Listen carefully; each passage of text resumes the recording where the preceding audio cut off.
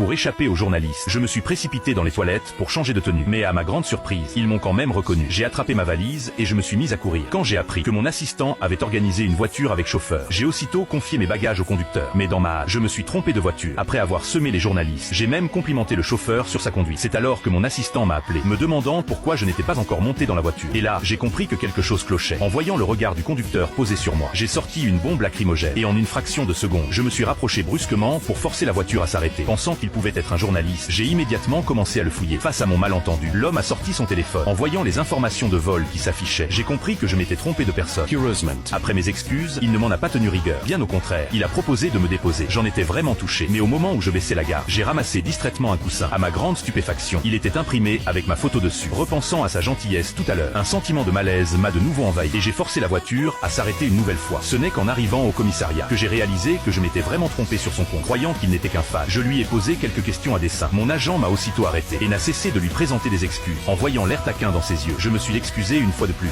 Et dans le même élan, j'ai signé un mouchoir en papier et le lui étendu. Ce geste, l'air de rien, allait sceller entre nous un lien bien particulier. De retour chez lui, il a précieusement conservé ce mouchoir dédicacé. Peu de temps après, mon agent m'a informé que je participerais à un événement caritatif destiné à soigner mon image publique. À ma grande surprise, j'allais faire équipe avec cet homme. Sur le chemin du lieu de l'événement, j'ai fait en sorte d'engager la conversation avec lui, cherchant à mieux cerner qui il était vraiment. Mais alors que nous discutions, un glissement de terrain s'est soudainement produit. Avant même que j'ai pu réagir, il avait déjà sorti la voiture de la zone de danger. Cependant, une maison en bord de route avait été détruite. Après nous être garés, nous sommes allés ensemble évaluer la situation. Par chance, cet homme était médecin. Malheureusement, la pluie s'est mise à tomber. La structure de la maison était instable. Pour éviter que leurs blessures ne s'aggravent, nous avons procédé au premier secours, allant jusqu'à nous servir de nos corps pour les protéger de la pluie. Ce n'est qu'à la tombée de la nuit que les secours sont enfin arrivés. Grâce à leur aide, les victimes ont pu être sauvées. Et moi, à bout de force, j'ai fini par perdre connaissance en tombant dans les bras de cet homme.